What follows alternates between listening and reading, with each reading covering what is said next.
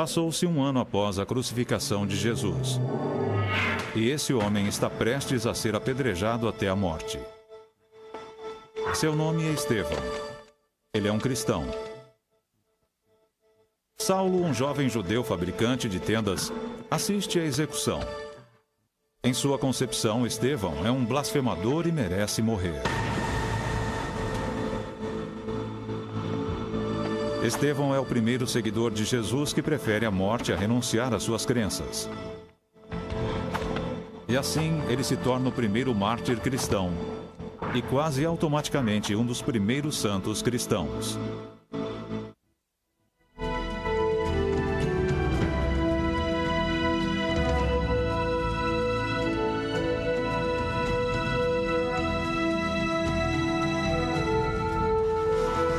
A Paixão dos Santos.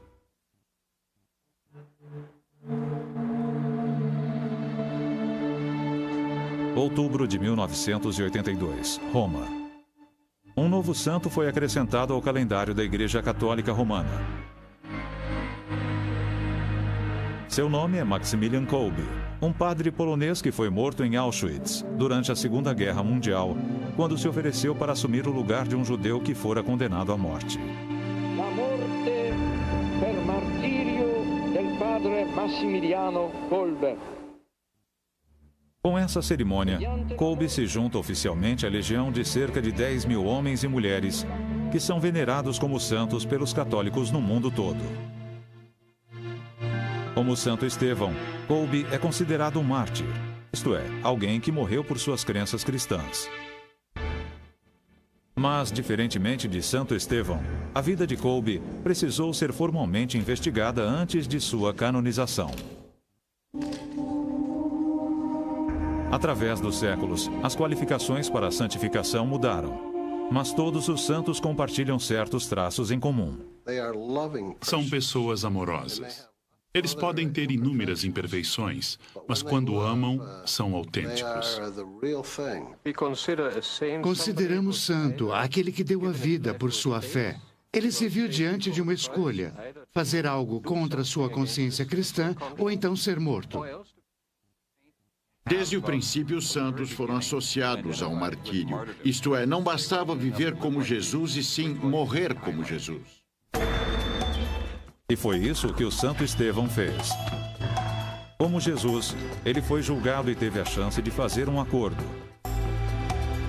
Suas convicções religiosas por sua liberdade. Como Jesus, ele recusou e perdeu a vida.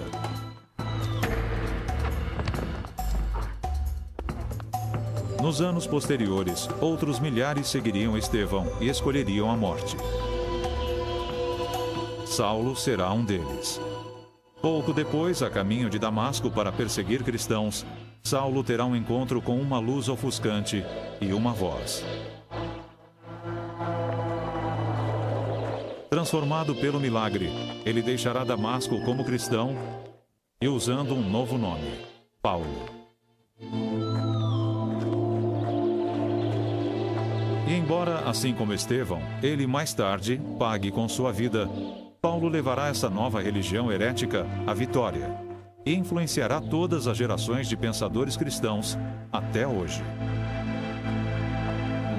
Quando lemos a história de Estevão, vemos que a história de Jesus se repete, ou seja, ele está pregando, dá testemunhos, é falsamente acusado. Ele passa pelas mesmas coisas que Jesus passou e, por fim, morre. Se de fato o cristianismo ensinava que devíamos seguir ou imitar Cristo, imitatio Christi, então realmente os cristãos eram induzidos a se tornarem mártires à forma extrema de se imitar Cristo. Nos 30 anos seguintes, as pequenas comunidades cristãs que surgiram por todo o Mediterrâneo, em Chipre, na Ásia Menor e na Grécia, se multiplicariam.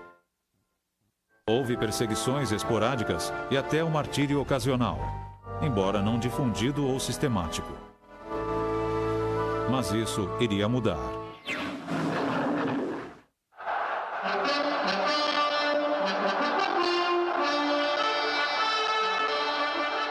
Roma por volta de 64 depois de Cristo, pelo menos como Hollywood imaginava que fosse.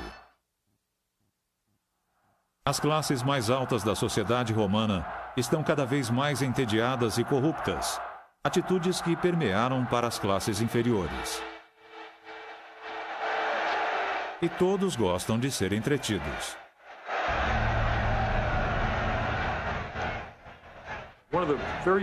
Uma coisa muito curiosa sobre os romanos é a enorme sede de sangue que tinham por jogos, nos quais animais lutavam contra animais ou homens contra homens. Para eles, uma tarde de sábado maravilhosa, sempre que iam aos jogos, era ver as pessoas se matando. Os romanos eram pagãos e politeístas e adoravam espetáculos, assim como adoramos futebol hoje. A Roma antiga era uma sociedade muito violenta, com distrações violentas. Eles viviam num mundo violento. E ninguém gostava de um espetáculo mais do que o imperador Nero. Mas havia um outro tipo de cidadão vivendo em Roma na época, e eles eram diferentes. Eles eram membros de uma seita religiosa que venerava um carpinteiro morto chamado Jesus. E os romanos não sabiam ao certo o que deduzir disso. Houve várias acusações contra os cristãos. Uma delas alegava que eram antissociais. Os cristãos costumavam se encontrar em segredo, isto é, eles se reuniam de manhã cedo para rezar, enfim. E os romanos eram quase paranoicos em relação às sociedades secretas. Quando há um tipo de sociedade secreta, começam a surgir rumores. Um desses rumores dizia que os cristãos eram canibais, e isso talvez se deva às crenças cristãs sobre a Eucaristia. O pão e o vinho são o corpo e o sangue de Cristo. O outro dizia, e isso é comum sobre quem é discreto sobre sua vida, que eram sexualmente promíscuos.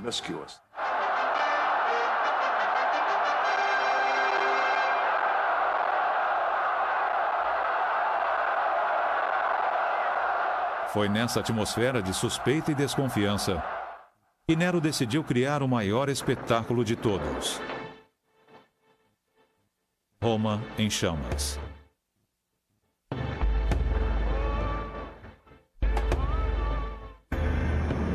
Roma está em ruínas. Quando correm os rumores de que foi o próprio Nero responsável pelo incêndio, o clima nas ruas fica feio. Nero precisa de um bode expiatório e acha um. Eu declaro desta forma que a culpada pela queima da nossa amada cidade é a seita ilegal chamada cristianismo. Sua punição será uma advertência. Um decreto oficial é a resposta. Um espetáculo de terror. E o resto, como se diz por aí, é história. E embora possa não ter acontecido como nos filmes, não há dúvida de que algo bem parecido com isso de fato ocorreu.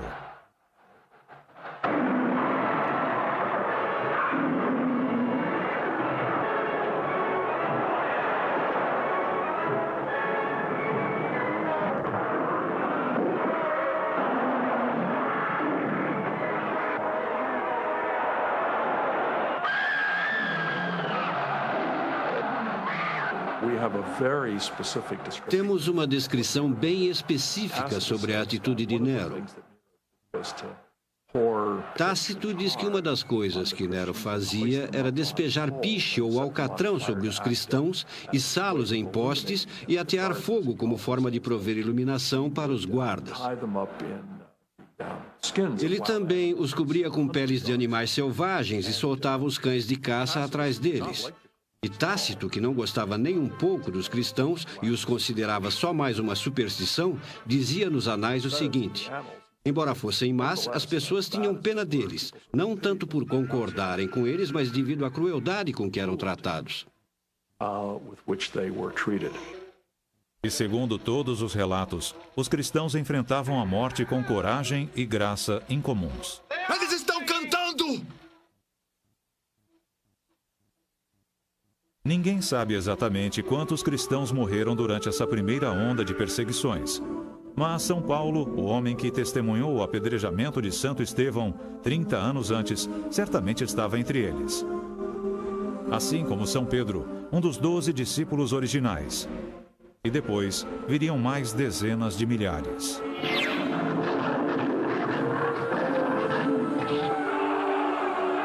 Em meados do século II, o escritor cristão Tertuliano pôde observar de forma seca e objetiva: se o Tibre inundasse suas margens, as estrelas ficassem imóveis ou a terra tremesse, o grito nas ruas era sempre o mesmo: os cristãos aos leões.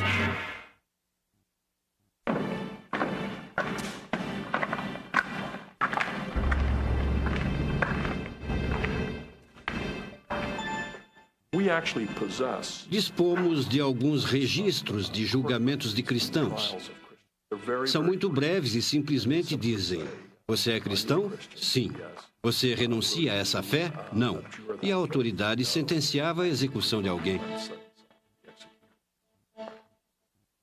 E cada vez que alguém morria, circulavam histórias sobre quem eram e como encontraram seu fim.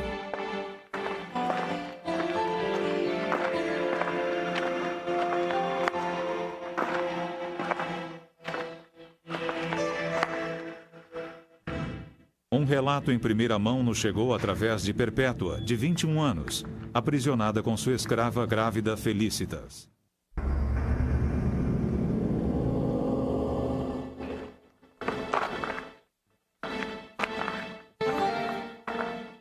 Mãe de um bebê, Perpétua prefere morrer a renunciar à sua fé, apesar das súplicas de seu pai pagão.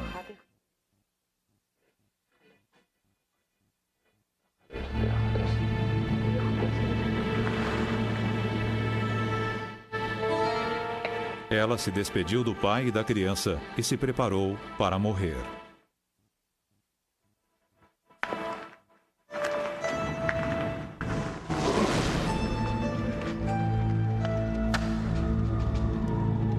Enquanto aguardava, Perpétua registrou uma série de visões em seu diário. Em algumas, ela triunfava sobre dragões e pagãos. Em outra, seu irmão, morto há tempos, aparecia. Um dia antes dos jogos, Perpétua teve uma visão final sobre ela mesma sendo despida e depois derrotando um egípcio feio num combate corpo a corpo. Naquele momento, ela escreveu: eu acordei e percebi que não lutaria contra animais, porém contra o demônio, e sabia que a vitória seria minha.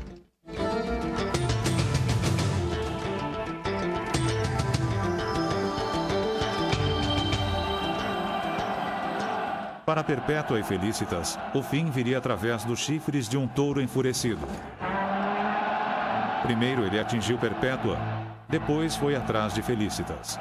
As mulheres levantaram-se diversas vezes, mas o animal não as liquidava. No fim, Felícitas foi decapitada. Depois, um jovem gladiador desajeitado tentou decapitar Perpétua, mas só a mutilou. Finalmente, ela mesma guiou a espada até seu pescoço, aceitando a morte em nome de Cristo. De certa forma, os mártires se sentiam quase livres para invocar a morte e era isso que faziam. Muitos exortavam as autoridades a matá-los. Há várias histórias sobre mártires que, literalmente quase debochando, se postavam ante as autoridades romanas, recusavam sacrifício pelos deuses pagãos e, com isso, pediam a morte. E aceitavam de bom grado. Temos a história de São Lourenço, o famoso mártir que foi assado vivo numa grelha. A certa altura, é uma história estranha, mas a certa altura ele diz que um lado já está no ponto e pede para ser virado.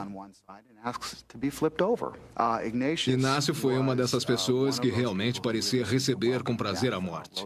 Escreveu uma carta aos romanos dizendo que desejaria ser, segundo suas palavras, triturado pelos dentes das feras para se tornar o pão imaculado de Cristo. Ou seja, ele ansiava pela morte agonizante que possivelmente o aguardava nas arenas, onde seria desmembrado por leões e outros animais selvagens. E houve outros. Os soldados romanos encontraram Xisto II pregando ao seu rebanho nas catacumbas sob a Via Ápia. Ele foi decapitado ali mesmo. Os perseguidores de Venâncio, de 17 anos, o açoitaram, penduraram-no de cabeça para baixo sobre uma fogueira, esmagaram seu queixo e depois o jogaram aos leões, que não mostraram interesse. No fim, tiveram de cortar sua cabeça para silenciar suas preces. Mesmo assim, apesar de todo o sangue derramado, o número de cristãos continuava a crescer.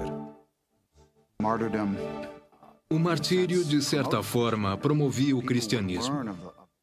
As pessoas ouviam relatos detalhados sobre a morte pavorosa dessas pessoas. Elas adoravam relatar as torturas, o derramamento de sangue. Quem ouvia falava: nossa, o cristianismo é algo poderoso, como faço parte disso? O cristianismo tornou-se uma resposta para o problema da morte.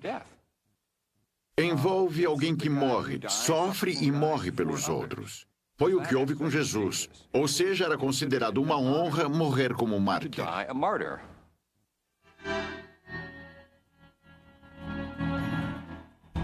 Por volta dos anos 70, os cristãos estão ativos na Espanha. No ano 100, na área do Mar Negro. No início do século II, há cristãos na França e na Grã-Bretanha. O cristianismo cresceu quase que por divisão celular.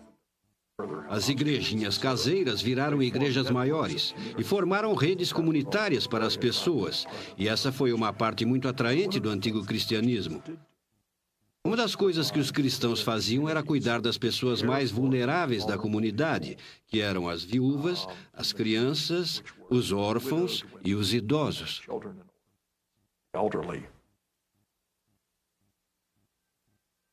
Os cristãos se organizavam através do poder investido nas mãos de bispos locais. E mesmo os bispos podiam ser mártires. Policarpo, bispo de Esmirna, pertencia à segunda geração de discípulos, aqueles que haviam conhecido os apóstolos, mas não Jesus.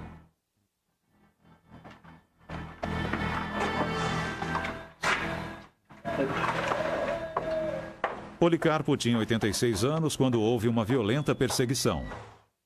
Quando os romanos vieram prendê-lo, ele os convidou a compartilhar de sua refeição e depois foi de bom grado. Ele pediu aos amigos que não se preocupassem. Já havia previsto o seu martírio numa labareda. Ele foi levado à arena e, após se recusar 3 vezes a renunciar à sua fé, foi queimado vivo.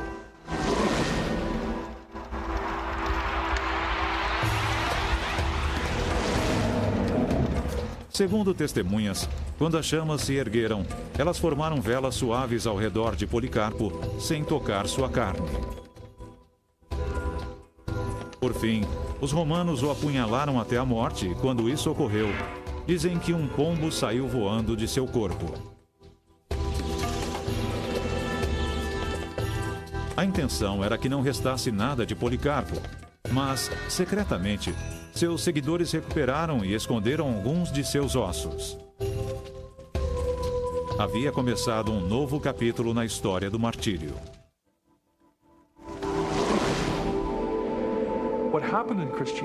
No cristianismo, quando os mártires morriam, seus corpos eram enterrados em cemitérios cristãos. E as pessoas, no aniversário de sua morte, que elas chamavam de dia do nascimento, dias natales, isto é, o dia em que nasceram no paraíso, iam orar nesses locais. Como essas pessoas haviam morrido pela fé, esses lugares eram locais de grande força espiritual. Ou seja, era ali que Deus, em particular, poderia ser ouvido, que a força e a graça dos santos poderiam interceder pelas pessoas. As catacumbas fora de Roma eram um desses locais, embora sua função tenha sido mal interpretada. Ao contrário de todos aqueles filmes que passam na televisão, os cristãos não se escondiam nas catacumbas durante o período de perseguição. Eram cemitérios, não tinham nem o nome de catacumbas na época dos romanos. Esse era o nome de uma das catacumbas. Eram locais de sepultamento, e os cristãos iam até lá no dia do martírio de um santo para cerimônias religiosas ou visitar o local. Mas não se escondiam. Os cristãos não eram ogros que viviam sob a terra se escondendo das autoridades romanas.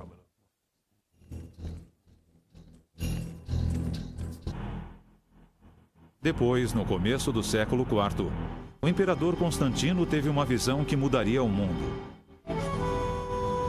Ele viu no céu uma cruz brilhante com as seguintes palavras: "Com este sinal, vencerás." Ele deduziu que, se aceitasse o cristianismo, triunfaria nas batalhas. Quando de fato venceu, rapidamente instituiu uma política de tolerância religiosa por todo o Império Romano. A partir do ano 320, as perseguições virtualmente cessaram. Agora os cristãos estavam livres para buscar os convertidos e, mais uma vez, os mártires desempenhariam um papel importante. O interessante é que o termo pagão vem da palavra latina pagus, que significa aldeia da zona rural. Sendo assim, no vocabulário cristão, os pagani, isto é, os não crentes, eram as pessoas que viviam no campo. No começo do século IV, provavelmente 30% da população era cristã. O cristianismo estava localizado principalmente nas cidades, mas a ideia de realmente cristianizar os distritos afastados ou rurais levou muito tempo. Alguns historiadores argumentam que a zona rural nunca foi de fato cristianizada. O que se vê a partir do século IV é a grande influência desses santuários dos mártires.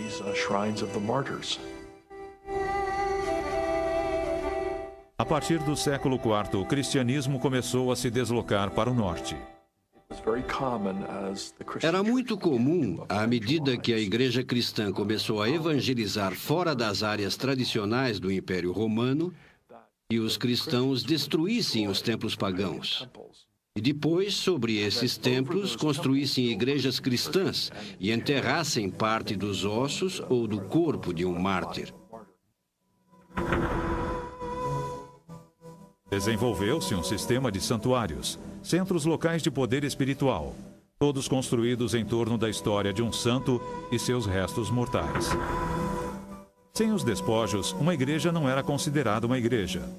Na verdade, no início do século IX, segundo a lei eclesiástica, qualquer igreja local que não tivesse os ossos de um santo no altar poderia ser demolida. Como era de se esperar, a demanda por restos mortais aumentou.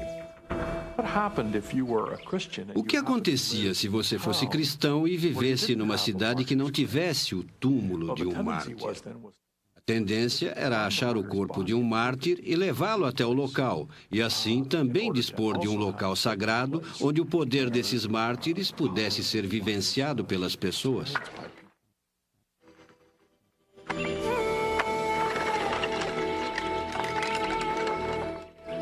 Os ossos dos primeiros mártires eram considerados particularmente poderosos.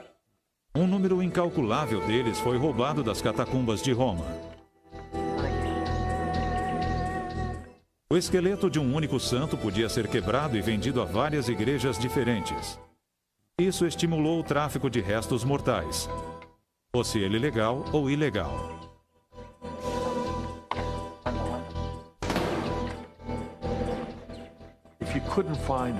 Se não dava para achar um mártir por perto, e isso era muito comum no início da Idade Média, sempre dava para roubar um corpo. E claro, era inevitável que houvesse apenas partes do corpo. Mas, embora os despojos dos antigos mártires fossem poderosos, os restos de um homem santo contemporâneo também podiam gerar milagres. Guarde a sua espada, Morville, ou transpassará sua alma com ela. Especialmente se eles, assim como Estevão, Perpétua e Policarpo, morreram defendendo a fé.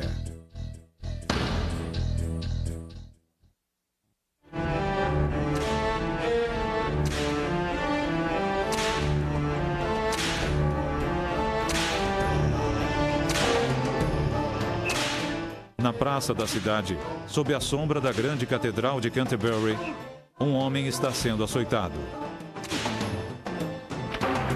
Quem empunha o chicote são os monges e bispos de Canterbury. E o homem açoitado é Henrique II, rei da Inglaterra.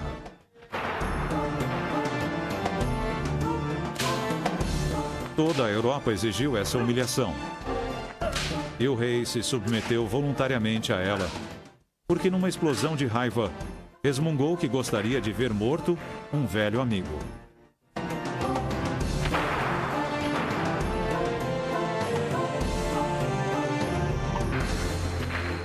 Esse amigo era Thomas Becket.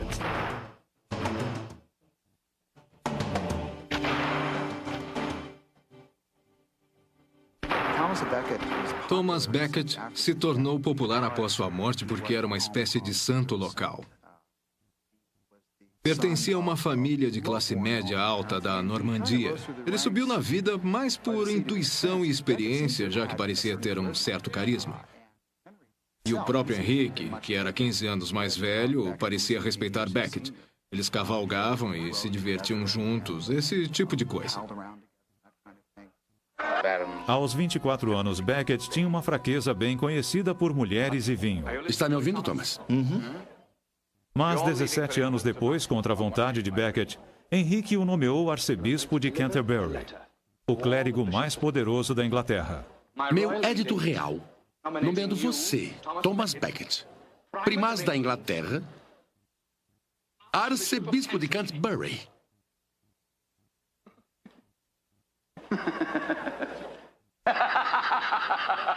Cale-se! Thomas, eu falo sério. Meu senhor, não faça isso.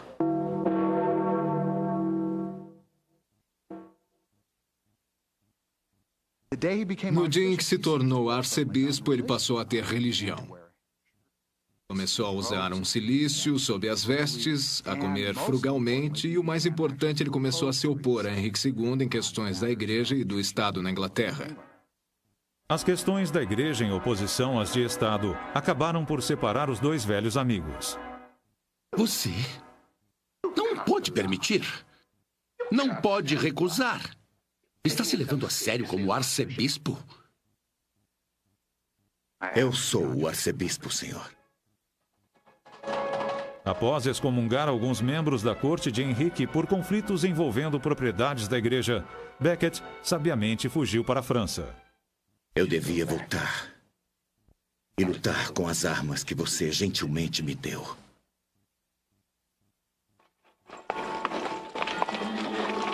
Seis anos depois, ele retornou à Inglaterra e soube que o filho de Henrique fora coroado príncipe na sua ausência, numa violação direta da lei eclesiástica. Becket logo excomungou os bispos que participaram da coroação.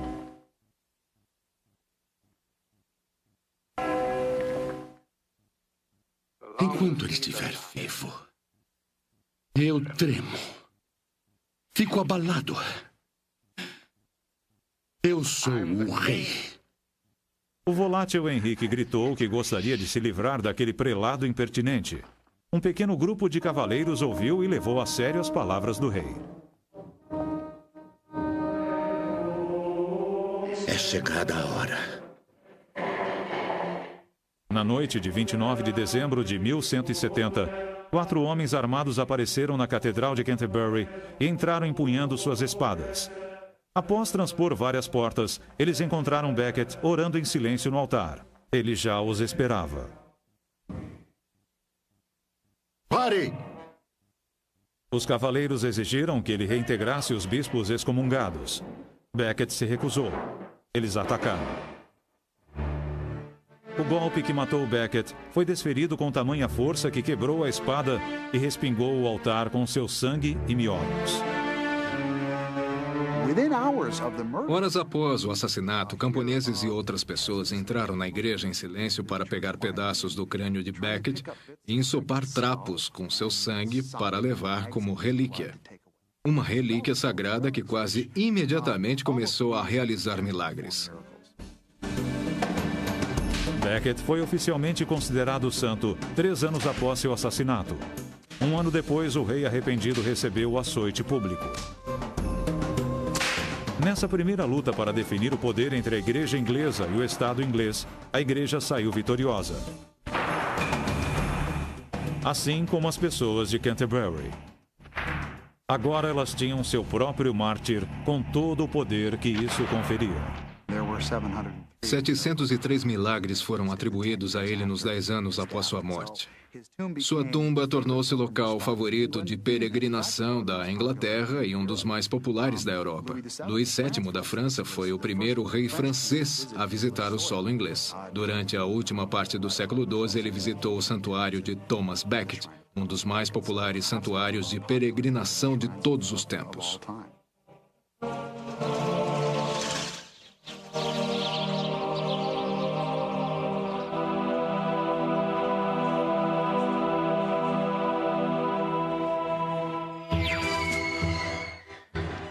Mas não demorou muito para que os franceses tivessem sua própria mártir heróica. Uma guerreira incomum que levaria a França à vitória sobre a Grã-Bretanha, se tornaria uma das santas mais famosas de todos os tempos.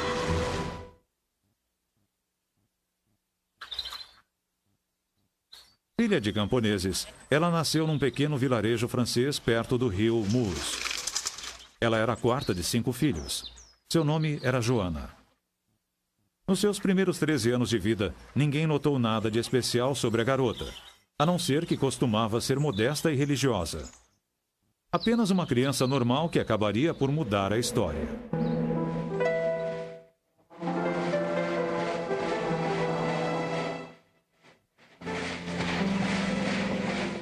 Joana tinha 14 anos quando começou a ouvir vozes. Elas lhe diziam que havia sido escolhida para liderar o exército francês na vitória contra os britânicos. Naturalmente, ninguém acreditava nela.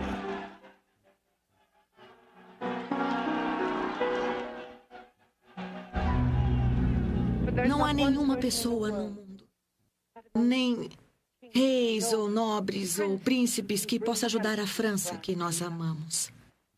Ninguém exceto esta serva diante de vós. Não porque eu seja especial, mas porque o Rei dos Céus assim o quer. Bom motivo, é um bom motivo. Eu devo liderar os exércitos do Delfim. Liderar soldados? E desde quando ele tem exército? Por fim, Joana teve uma audiência com o herdeiro do trono francês, o Delfim. Para surpresa dele, ela foi capaz de reconhecê-lo em meio a uma multidão, sem jamais tê-lo visto antes. Deus falou comigo através de seus mensageiros. E ele deseja que eu o ajude a se tornar o rei da França. Mas o Delfim se mostrou cético até que Joana lhe disse algo em particular. Ninguém sabe o quê. Ele se convenceu de que ela havia sido enviada por Deus. Ao ataque! Avancem, homens! Joana assumiu o exército francês e, na liderança das tropas, rapidamente venceu a Batalha de Orleans. Em nome de Deus, avancem! A bruxa! A bruxa!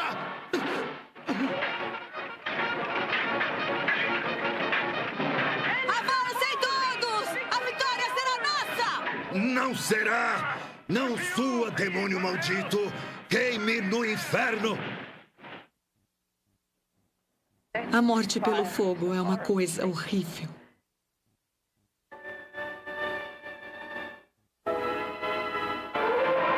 Mas quando o Delfim foi finalmente coroado rei, ele se mostrou fraco e indeciso e nunca reivindicou uma vitória final sobre a Grã-Bretanha. Nós lutamos tanto e demos o sangue para vencer. Sua Majestade assinou a trégua. E nosso rei nunca repudia sua palavra. Pouco tempo depois, Joana caiu nas mãos do Duque de Borgonha, que a vendeu aos britânicos para que fosse julgada como herege. No que concerne aos britânicos, Joana era uma bruxa.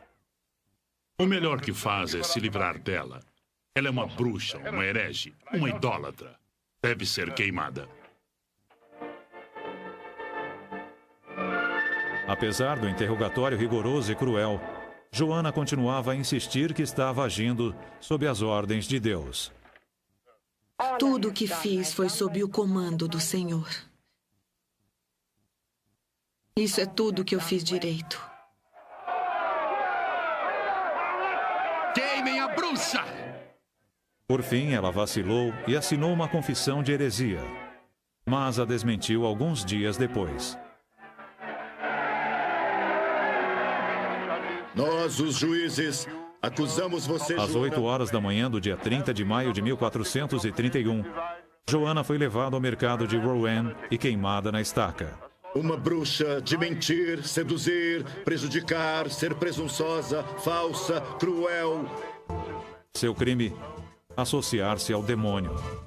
Bruxaria.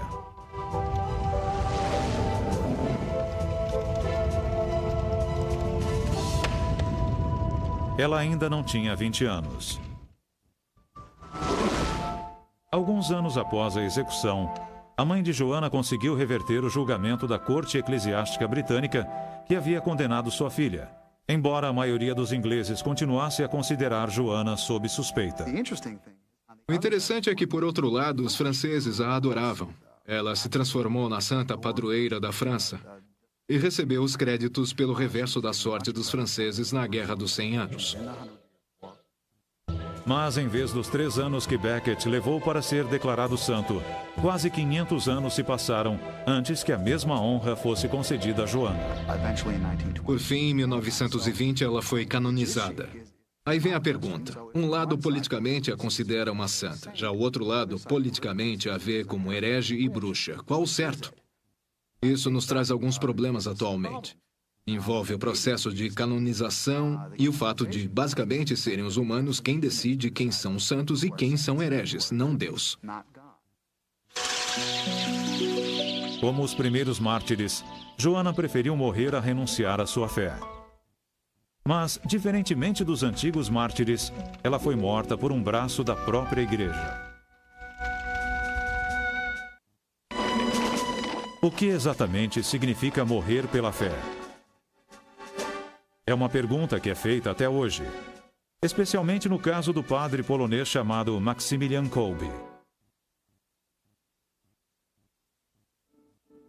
Maximilian Kolbe nasceu em 1894 de uma família pobre numa cidadezinha polonesa e era o segundo de 5 filhos.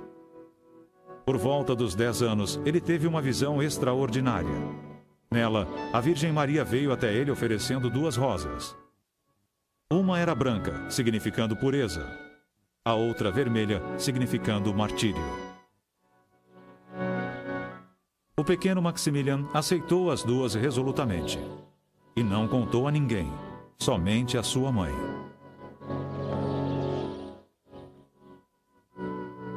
Ele cresceu, entrou para a ordem franciscana e foi enviado a Roma para estudar, doutorando-se em filosofia e teologia. Ele foi ordenado em 1918, enquanto o mundo ainda sentia os abalos que seguiram a Primeira Guerra Mundial. Kolbe retornou à Polônia, onde fundou uma revista católica popular, criou o maior mosteiro do mundo e chegou a fundar uma missão no Japão. Quando os nazistas invadiram a Polônia em 1939, Kolbe abriu as portas de seu imenso mosteiro a milhares de refugiados judeus. Dizem que ele nunca recusou ninguém que buscasse um refúgio seguro. Mas era um homem marcado. Em 1941, os nazistas o prenderam por traição e o enviaram ao campo de concentração em Auschwitz. Lá, ele dividia suas parcas rações com os outros e confortava aqueles que haviam perdido seus parentes, amigos e, às vezes, a fé. Achtung! O aviso começava como todos os outros. Achtung! Von euch wird jeder 10. verurteilt, an Hunger zu sterben. Um prisioneiro do bloco 14 havia escapado e, em represália, 10 de seus companheiros de cela deveriam morrer.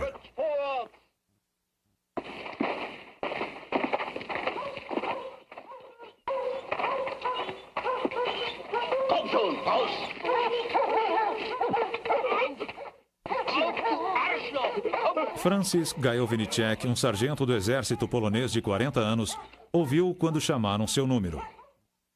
Mas tenho mulher e filhos, ele disse. Sem temor ou hesitação, o padre Kolbe deu um passo à frente e pediu que os nazistas o matassem em seu lugar.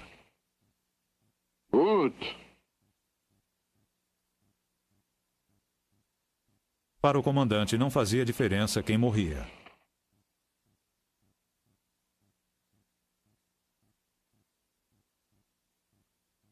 Gajowniczek voltou à fila. Kolbe deu um passo rumo à santificação.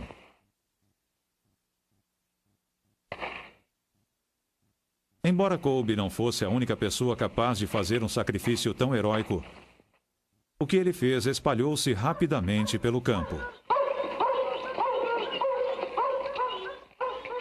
Tempos depois, um sobrevivente de Auschwitz declarou: "Ficamos sabendo que um de nós, naquela noite tenebrosa da alma, elevara o gesto de amor às alturas.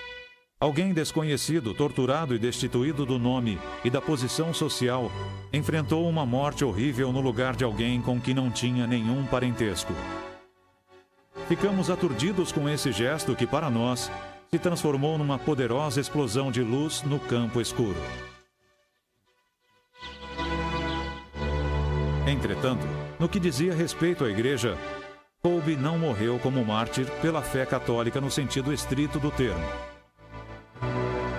Isto é, ele não foi escolhido para morrer devido a qualquer animosidade em particular com relação às suas crenças. Ele assumiu o lugar de uma pessoa casada dizendo: "Me levem, não sou casado, sou padre." E teve uma morte horrível, alimentando espiritualmente as pessoas à sua volta. Resistiu tanto que precisaram lhe dar uma dose letal. A questão é, ele morreu pela fé? Ele não foi escolhido por ser padre. Ele assumiu o lugar, trocou sua vida por outra. Isso deixou a igreja numa posição incômoda. Ao ouvir a história de Kolbe, qualquer um saberia instintivamente que ele era um santo. No entanto, tecnicamente, ele não foi um mártir da fé. No Vaticano, o Papa, ele mesmo um polonês, se debatia com o problema.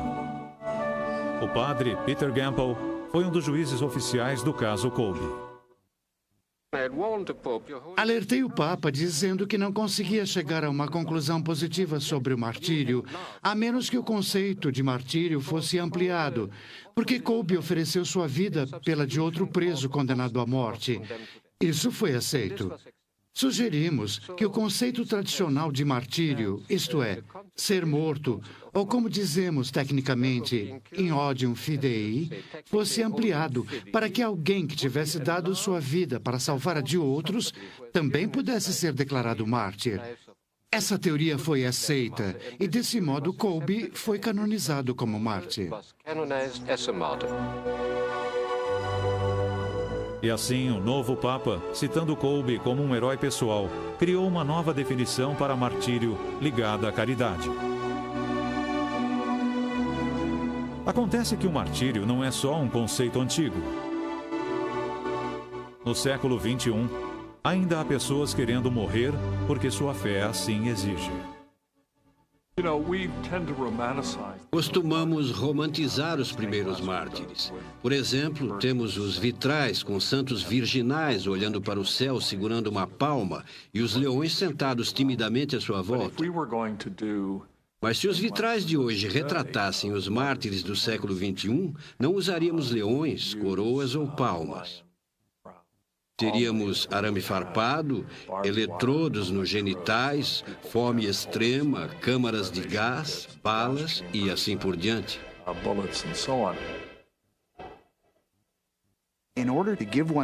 Entregar-se a esse tipo de dor física de uma forma prazerosa e quase sorridente exige uma coragem extrema.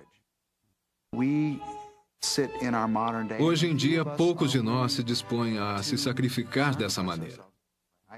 Eu falo por mim. Se precisassem de mártires, eu não iria me oferecer. E muita gente pensa assim no mundo em que vivemos hoje.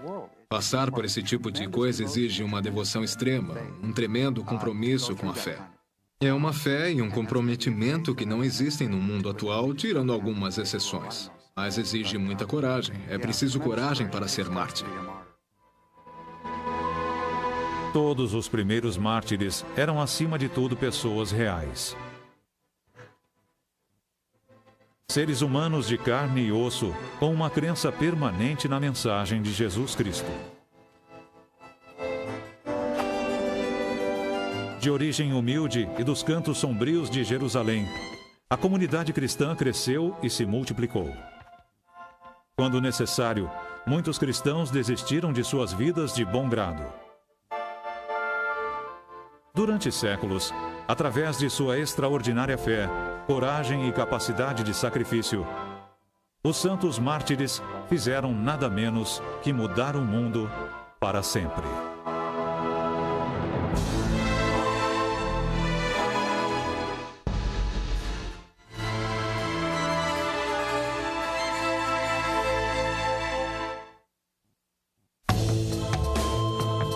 Versão brasileira, DPN Santos.